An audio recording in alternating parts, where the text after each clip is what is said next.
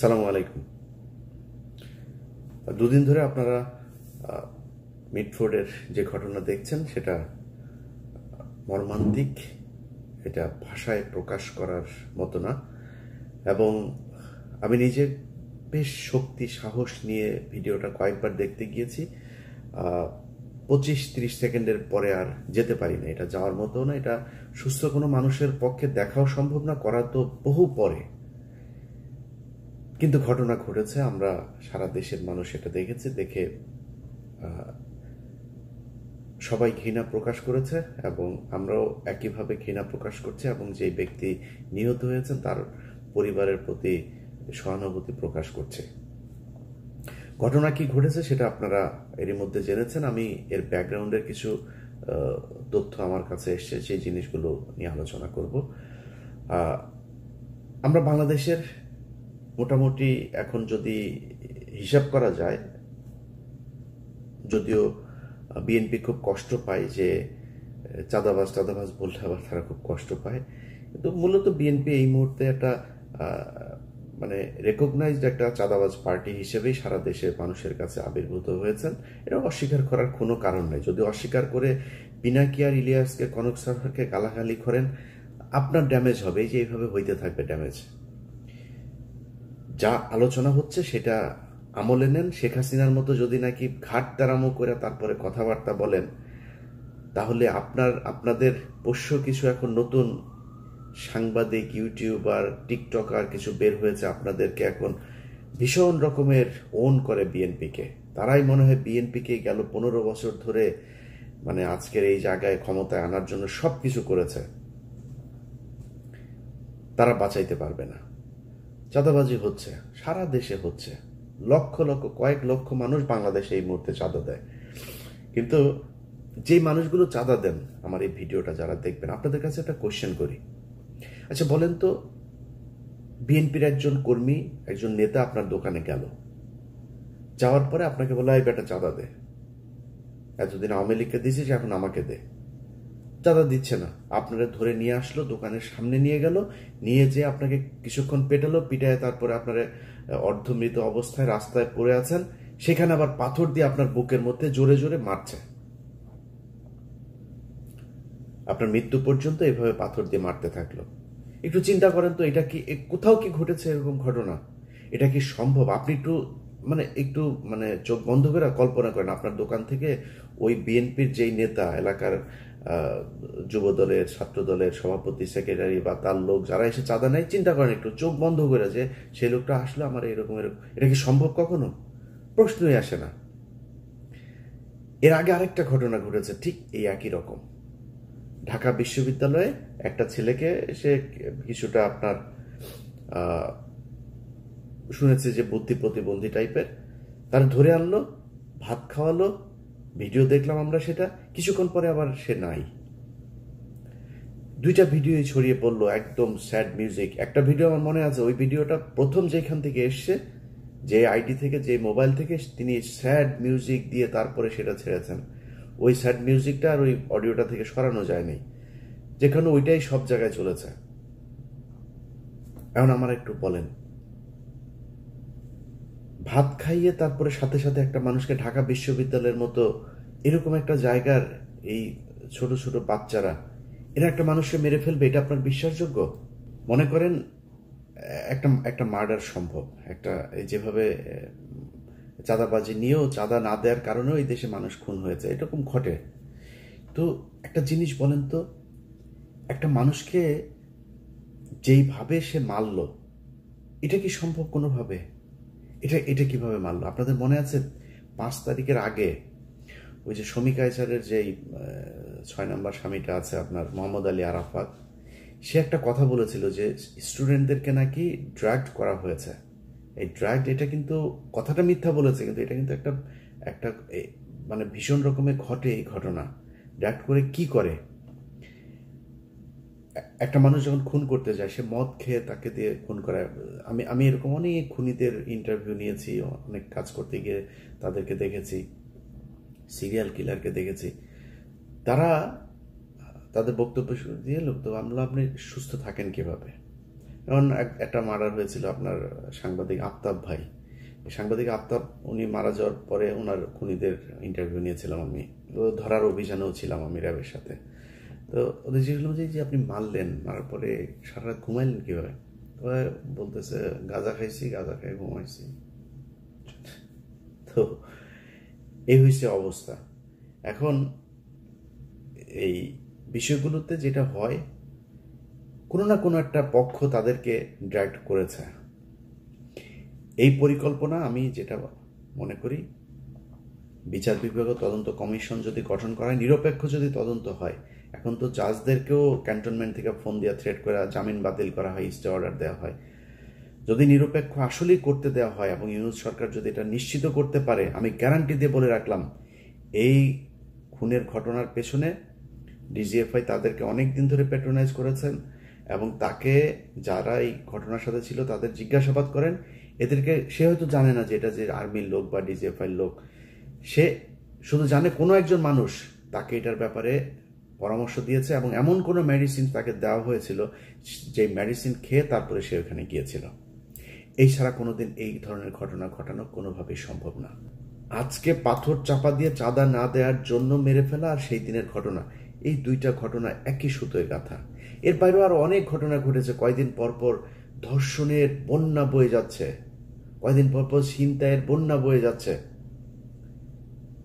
এই ঘটনা দুইটার সাথে মেলালে কি দাঁড়ায় সেটা নিয়ে আমার আজকের আলোচনা। আপনি দেখেন, যদি নাকি নিউজটা এইভাবে আসতো, আমি এটা নিয়ে এলাকায় খোঁজ নিয়েছি, খোঁজ নিয়ে জানলাম যে এই যে ছেলেটা মারা গিয়েছে, এই সোহাগ, তিনি হচ্ছে গিয়ে চকবাজার থানার একটা ওয়ার্ডের সদস্য সচিব প্রার্থী। এবং এই যে মৃত্যুর ঘটনাটা ঘটেছে, এটা এরকম না যে দোকানে গিয়েছে চাঁদা আনতে গিয়ে, এখানে চাঁদাবাজির কোনো ঘটনাই নাই। চাঁদা নিয়ে এখানে কোনো ঘটনাই ঘটে নাই। এখানে চাঁদাবাজি কে করবে সেইটা নিয়ে দুই পক্ষের মধ্যে সংঘর্ষ হয়েছে। সোহাগের একটা ভাঙড়ির দোকান আছে। আপনারা জানেন যে বাংলাদেশে রাজনীতি যারা করে, এই ফকিন্নির বাচ্চাদের ডিশের ব্যবসা, ময়লার ব্যবসা, তারপরে এই ভাঙড়ি টাঙ্গির দোকানপাট, তারপরে ফুটপাতের, এগুলো কার পক্ষে থাকবে, কে কোন এলাকার নিয়ন্ত্রণে থাকবে, এটা নিয়ে ফকিন্নির বাচ্চাদের যুদ্ধ হয়, কামড়াকামড়ি হয়। তো এই কুকুরের ছানাদের যে কামড়াকামড়ি, সেই কামড়াকামড়ির একটা ফসল হচ্ছে এটা। এই জায়গায় দোকান দেওয়া নিয়ে এই দুই গ্রুপের মধ্যে, যে আমার এলাকায় এটা, এই এলাকায় তুই ভাঙড়ি দিয়ে নিতে পারবি না, তুই এলাকায় করতে পারবি না, তুই অন্য এলাকায় যা, সেটা নিয়ে গ্যাঞ্জামের সূত্র ধরেই এই মারামারি হয়েছে। এবং এই দ্বন্দ্ব চলছে আজকে কয়েক মাস ধরে। এটা গত 2 দিন আগের ঘটনা, কিন্তু হুট করে চাঁদা আনতে গিয়েছে আর দেয় নাই, বাইরে এনে তারপরে পেটালো, এরকম না বিষয়টা। এই ঘটনা নিয়ে দুই গ্রুপের দ্বন্দ্বে এক গ্রুপ আরেক গ্রুপকে হত্যা করলো। আচ্ছা, এবার আমাকে বলেন, যদি নিউজটা এরকম আসতো পত্রিকাতে যে চাঁদাবাজি কেন্দ্র করে বা এলাকার আধিপত্য বিস্তারকে কেন্দ্র করে যুব দলের দুই দলের সংঘর্ষে বা এক দলের ইয়েতে আরেক দল মৃত্যু হত্যাকাণ্ডের শিকার হয়েছে, এই ধরনের করেও যদি নিউজটা আসতো, যেভাবে এটাকে ছড়ানো গেছে, যেভাবে এটাকে দিয়ে মানুষকে গেলানো গিয়েছে, এইভাবে আসতো না। তখন কিন্তু দুই পক্ষকেই ঘৃণা জানাইতো, এটা নিয়ে হাসাহাসি হইতো, এটা নিয়ে অনেক আলোচনা হইতো, সব ঠিক আছে, একই রকম হইতো। কারণ হত্যাকাণ্ডটা তো ভয়ঙ্কর, যেভাবে মারা হয়েছে, এটা কোনো সভ্য মানুষের পক্ষে সম্ভব না। এবার একটা পয়েন্টে আসেন। প্রথম হচ্ছে, ভিডিওটা করলো কে, ভিডিওটা ছড়ালো কে, তারপরে গণমাধ্যমকে খবরটা কে দিল যে মিটফোর্ডে চাঁদা আনতে গিয়ে চাঁদা না দেয় ব্যবসায়ীকে হত্যা করা হলো, এই নিউজ কে দিল? আমি আপনাকে গ্যারান্টি দিলাম, এটা নিয়ে বিচার বিভাগীয় তদন্ত করেন এবং ঢাকা বিশ্ববিদ্যালয়ে যে ছেলেটা মারা গিয়েছিল, এই দুইটা নিয়ে বিচার বিভাগীয় তদন্ত করেন, কমিটি গঠন করেন। আমি গ্যারান্টি দিলাম দুইটাতে ওয়াকার হবে প্রথম আসামি। কারণ এই দুই ঘটনার সাথেই গোয়েন্দা সংস্থা জড়িত। আমার আজকের ভিডিও বিএনপিকে বাঁচানোর জন্য না বা কোনো অপরাধীকে বাঁচানোর জন্য না। আমি আগেই বলে নিয়েছি যে বিএনপি ব্যাপক চাঁদাবাজি করছে সারা দেশে। কিন্তু একটা জিনিস বিএনপিকে বুঝাইতে পারি নাই, যে 5 তারিখের পর থেকে আমরা কিছু যুদ্ধ করছিলাম, সেই যুদ্ধ এখনো চলছে। আমি কিছুটা ঠান্ডা, এখন অনেক স্বার্থপর হয়ে গিয়েছে, আত্মকেন্দ্রিক হয়েছে, নিজে একটু শান্তিতে থাকতে চাই। বাংলা এডিশন নামে একটা পত্রিকা চালু করেছে, 16 তারিখ থেকে সেটার যাত্রা শুরু করবে ইনশাল্লাহ। আমার এই পত্রিকায় বিজ্ঞাপন আসবে, পত্রিকার ইউটিউব ফেসবুক চ্যানেলের ইনকাম আসবে, ওগুলো নিয়ে নিজের ইউটিউব চ্যানেল আছে, তাইরে নাইরে নিয়ে দেওয়া চলবে, এইভাবে চালায় যাব। আমার দরকার নাই তো এত দেশপ্রেমিক সাজার। এই দেশে দেশপ্রেমিক সাজার পরে 5 তারিখের পর থেকে আমাদের সম্মান, আমাদের সবকিছুই দেখেছি, আর ইচ্ছা নাই। তারপরেও এটা তো ছাড়তে পারবো না, কারণ দেশ তো আমার, এ কারণে কিছু কিছু বিষয় নিয়ে করবো, কিন্তু ওই জায়গাতে আর থাকবো না ভাই। যার যেমনি মনে চায় লুটে পুটে খা, জনগণ শাস্তি দিয়ে দিবে। আমরা 5 তারিখ থেকে যে বিষয়টা বলছিলাম, কয়েকটা জায়গা। 1 নম্বর হচ্ছে বিডিআর পিলখানা হত্যাকাণ্ড। আপনি যদি পিলখানা হত্যাকাণ্ডের বিচার করতে পারতেন, তাহলে ভারতের যেসব সেনা কর্মকর্তারা আছে এখনো বাংলাদেশে, এই মুজিব, হামিদ, ওয়াকার থেকে শুরু করে যারা যারা এই গেল 15 বছর ক্যান্টনমেন্টের ভেতরে আয়নাঘর বানিয়েছিল, দেশপ্রেমিক সেনাবাহিনীর অফিসারদের চাকরিচ্যুত করেছিল, তাদের গুম করেছিল, জেলে পাঠিয়েছে, জঙ্গি নাটক সাজিয়েছে, তাদের সবার বিচার করা যেত। আপনারা সেখানে যান নাই। আমরা বলেছি গণমাধ্যম থেকে আওয়ামী দালালদেরকে সরাইতে। আনিস আলমগীরের মতো দালাল, সে এখন পর্যন্ত বাংলাদেশে কলাম লেখে, বাংলাদেশে সে জীবিত আছে, এটা আমাকে প্রচন্ড রকমের আশ্চর্য করে। আপনি গণমাধ্যমের প্রতিটা জায়গায়, আমি আরটিভির কথা যদি বলি, এই চ্যানেলে ইন্ডিমনিটি নামে একটা নাটক তৈরি করা হয়েছিল, সেখানে জিয়াউর রহমানকে একদম একদম পাকিস্তানের এজেন্ট, প্রচন্ড দেশদ্রোহী, দেশবিরোধী, লোভী একজন অফিসার হিসাবে সেখানে দাঁড় করানো হয়েছে। সেটা কে দাঁড় করিয়েছে? আরটিভির সিইও আশিকুর রহমান। তো এই ব্যক্তি আপনার, তার বিরুদ্ধে নিউজ করেছি, তার অফিসে বেলায়েত নামে একজন আছে, আরো কয়েকজন আছে, সবাইকে নিয়ে একদম নাম ধরে ধরে আপনার সেখানে নিউজ করা হয়েছে। আতিকা রহমান, আরো কয়েকজনের ব্যাপারে করা হয়েছে। করার পরে সেখানে ওই যে একেএম ওয়াহিদুজ্জামান নামে এক বাটপার আছে, বিএনপির বাটপার। এই বিএনপির বাটপার গিয়ে সেখানে তাকে বসাইলো, বিএনপি বসিয়েছে তাকে সেখানে। বসানোর পরে সে আরটিভির 5% শেয়ার নিল, নিয়ে আওয়ামী লীগের লোকজন যারা আছে তাদের কাছ থেকেও কিছু টাকা পয়সা টয়সা নিয়ে এখন আমেরিকায় বসে আছে। সে আরটিভি চালায়, আমেরিকায় বসে বসে আরটিভি চালায়। আরে ভাই, আমি দেশের কোনো দায়িত্ব নিলে আমি দেশে যাব? আমি তো দেশের দায়িত্ব নেই। সব আওয়ামী লীগের লোকজন রে ওইখানে বসে আরটিভি চালাচ্ছে। একইভাবে বসুন্ধরার দায়িত্ব নিয়েছে কাদের গনি, তার কাছ থেকে বহুদিন ধরে বলছে এই অফিস এদেরকে আপনি সরান। আমরা সরাসরি এসব নিয়ে সোশ্যাল মিডিয়াতে বলেছি, কাউকে সরানো হয়নি। নাজরিন মুন্নি এখন পর্যন্ত টক শো করে। ডিবিসির আরেকটা আছে, ওই যে যেটা কিনা মজুমদার, জুয়েল, ইকবাল সুবানদের খাট গরম করে মহিলাটা, সুন্দরী আপা, ডিবিসির কি ওই টক শোটা করে, একটারও সরানো হয় নাই। 71 টেলিভিশনের মঈন মিজান থেকে শুরু করে বেশ কয়েকজন আছে, তারা এখনো পর্যন্ত ওই যে মোজাম্মেল বাবু, শাকিলা, কি ফারজানা রূপা, শাকিল আহমেদ, এদের জেলখানার সব সুযোগ সুবিধা সব এরা নিশ্চিত করে। কোনো জায়গা থেকেই তাদের সরানো, ইভেন ভাই শুধু এই 2 জায়গা না, এর বাইরেও বহু জায়গা আছে, কোনো জায়গায় কোনো ধরনের হাত দেওয়া হয় নাই। আমরা সেগুলো নিয়ে কথা বলেছি। তাদের কাছে মনে হয়েছে যে এগুলো মনে আমাদের ব্যক্তিগত কারণে মনে হয় বলছে। ভাই, পাগল বানায় ফেলবে বিএনপির নেতা নেত্রী যা যা আছেন, সব ন্যাংটা হয়ে কাপড় টাপড় খুলে তারপরে রাস্তায় দৌড়াবেন। সাংবাদিকদের তো চিনেন না, এরা গত 15 বছর শেখ হাসিনাকে ক্ষমতায় রেখেছে। এক দেশের বাইরে ভাগ্যক্রমে কয়েকজন মানুষ ছিলাম, অল্প অল্প কিছু, আমরা যা জানি যে সেটা 10%, 5% হবে। 95% এই দেশের মানুষ এখনো জানতে পারে না কি হয়েছে। যদি আপনি জুলাইয়ের ঘটনাও বলেন, সবাই তো ছিল, কেউ কিছু বলেছে নাকি? পুরো একটা দেশের শত শত হাজার হাজার গণমাধ্যম ব্ল্যাক আউট করে দেওয়া হয়েছিল। কোনো গণমাধ্যম থেকে কোনো নিউজ পেয়েছেন? আজ পর্যন্ত পান নাই। ওখানকার এক্সক্লুসিভ অনেক কিছু থাকার কথা, সেগুলো কোথায়? নাই। আপনি আসার পরে চাপ দিয়েছেন, আপনি তাদেরকে বসিয়ে রেখেছেন, বসিয়ে রেখে তারপরে তাদের কাছে এখন দাবি করবেন, আশা করবেন আপনাদের পক্ষে কিংবা নিরপেক্ষ জিনিস চালানোর। ডিজিএফআই এখনো পর্যন্ত প্রতিটা অফিসে নিউজ পাঠায়। 80% মিডিয়া এখন পর্যন্ত ডিজিএফআই পাঠানো সেই নিউজ প্রচার করে। আমাদের ফেসবুক পোস্ট, এই যে কয়দিন আগে এক মেজর নুরুল হক নামে এক বদমাইশ আছে, মানে তার ব্যাচমেট থেকে শুরু করে কাজের বুয়া পর্যন্ত তার কাছে প্রেগনেন্ট হয়েছে। সেই মেজর নুরুল হক আমার পোস্ট 5 তারিখের পরের বাংলাদেশে বিটিআরসি কে দিয়া সরায় দেয়। এটা সেই বাংলাদেশ। আমাদেরকে আপনাদের শত্রু মনে হয়? আমাদের গায়ে যখন আঘাত লাগে তখন নিজের গায়ে আঘাত মনে হয় না? এটার প্রতিটা জিনিস হারে হারে টের পাবেন। নিজের গায়ের রক্ত চামড়া কেটে যদি নাকি আমাদের গায়ে লাগাই দেন না, ঋণ পরিশোধ করতে পারবেন। আপনাদের কাছে কিছু চাই নেই তো, দেশ ভালো চলুক সেটা চেয়েছি, আপনারা সেটা চান নাই। টাকা পয়সা পেয়েছেন, নগদ ক্যাশ পেয়েছেন, ভুলে গিয়েছেন। আওয়ামী লীগের লোকজনকে প্যাট্রোনাইজ করা শুরু করেছেন। সব জায়গাতে আপনারা তাদেরকে বসিয়ে রেখেছেন এখন পর্যন্ত। প্রতিটা জায়গায়, এমন কোনো জায়গা নেই যেখানে আপনি তাদেরকে, একটা সচিবালয় থেকে শুরু করে একদম ইউনিয়ন পরিষদ পর্যন্ত সব তারা বসে আছে। এখন তাদের কাছে আপনি চাবেন, তারা বলবে যে বিএনপির 2 গ্রুপের দ্বন্দ্বের জেরে যুবক খুন, এটা বলবে তারা?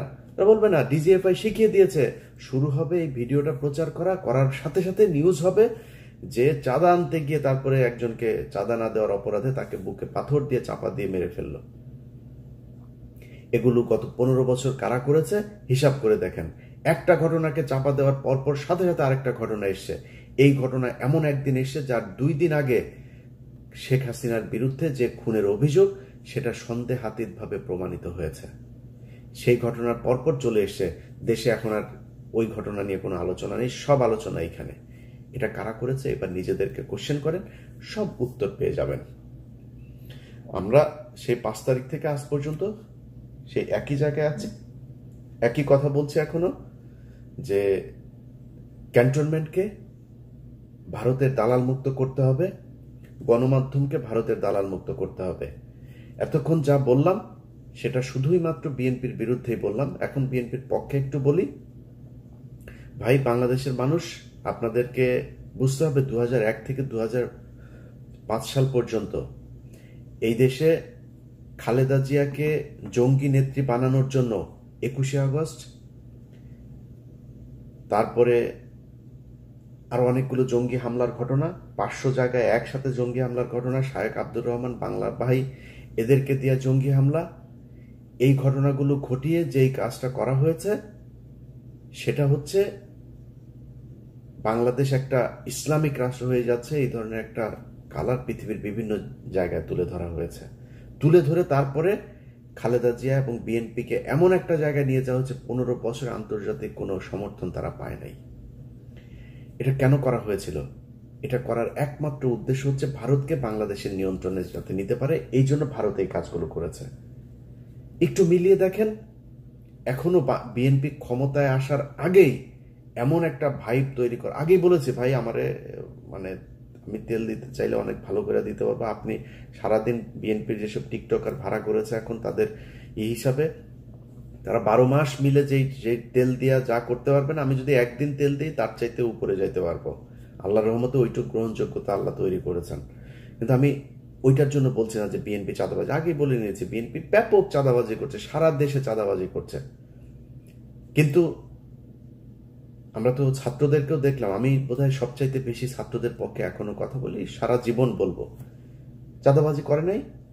ছাত্রদের নাম দিয়ে যায় তারপরে বিভিন্ন জায়গায় গিয়ে চাঁদাবাজি করেছে। সমন্বয়করা এখনো ধরা পড়ছে বিভিন্ন জায়গায়, হচ্ছে এগুলি সব ঠিক আছে। কিন্তু গত এই যে 10 মাস 11 মাস হলো, একটা মানুষ গুম হয় নাই, মানুষ কথা বলতে পারে, যা ইচ্ছা তাই বলতে পারে, কোনো সাংবাদিককে দেশ ছাড়া হইতে হয় নাই। যারা কিনা শেখ হাসিনার মানে একদম 5 আটা গোলামি করেছে, ক্রাইমের সাথে যুক্ত হয়েছে, তাদের বিচারের আওতায় আনা হয়েছে। অনেকে এখনো বিচারের আওতায় আসে নাই, কিন্তু 99% সাংবাদিক এখনো বাংলাদেশে আছে, কাজ করছে, তাদেরকেও কিছু বলে নাই। অথচ আমাদের এই গত 10 মাসের যে সরকার এবং বিএনপিকে এমনভাবে মঞ্চস্থ করা হচ্ছে, মনে হচ্ছে ওই যে ওরা এখন বলে এগুলি শেখ হাসিনার সরকারকে এখন দরকার, শেখ হাসিনাই ভালো ছিল, আগেই ভালো ছিল, এই ভাইব ঠিক করার জন্য এই ওয়াকার বাংলাদেশে এই অবস্থা তৈরি করছে। আওয়ামী লীগ নেই, বিএনপিকে আপনি এরকম করবেন, দেশ চালাবে কে? জরুরি শাসন দরকার। That's what Walker wants. এখন এটা যদি আপনি এইভাবে চান যে এইভাবে যাবে, তাহলে এইভাবে হবে। আর যদি না চান, মনে করেন যে না আসলেই ভালো দল চালাইতে চান, নিজের চাঁদাবাজদেরকে শায়েস্তা করেন, চাঁদাবাজি করলে তাকে সাথে সাথে আপনার বিএনপিতে দল তৈরি করেন, আরেকটা আলাদা দল তৈরি করেন, এরা চাঁদাবাজ বিরোধী কাজ করবে, নাইলে পরিস্থিতি সামাল দিতে পারবে না। ক্ষমতায় যাওয়ার আগেই ক্ষমতা হারাতে হবে। মানুষ এখন অনেক সচেতন, আপনার এগুলো মানুষ দেখছে।